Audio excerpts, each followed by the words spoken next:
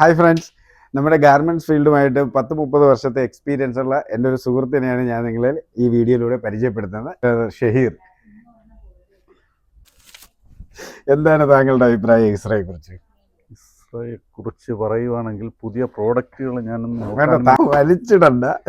Just ഈ ഷോപ്പിലോട്ട് വന്നപ്പോൾ എന്താണ് അഭിപ്രായം? നല്ല ഫീലിങ്സ് ആണ് ഉണ്ടായത്. ആർക്ക്?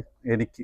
അതെന്താ ഇവിടെ ഊട്ടിയോ കാശ്മീരും വല്ലതാണ് ഇയാൾക്ക് ഫീലിംഗ് ഉണ്ടാവാൻ? നിന്റെ ഈ കട കണ്ടിട്ടാണ് ഞാൻ എന്റെ കടയ്ക്ക് പ്രചോദനം നൽകി തുടങ്ങുന്നത്. തീർച്ചയായിട്ടും ഈ വരുന്ന 20-ാം തീയതി അദ്ദേഹത്തിന്റെ ഒരു ഷോപ്പ് ഓപ്പണിംഗ് ആണ് ചാത്തന്നൂര്. നെക്സ്റ്റ് വുമൺ എന്നാണ് അദ്ദേഹത്തിന്റെ ഷോപ്പിന്റെ പേര്.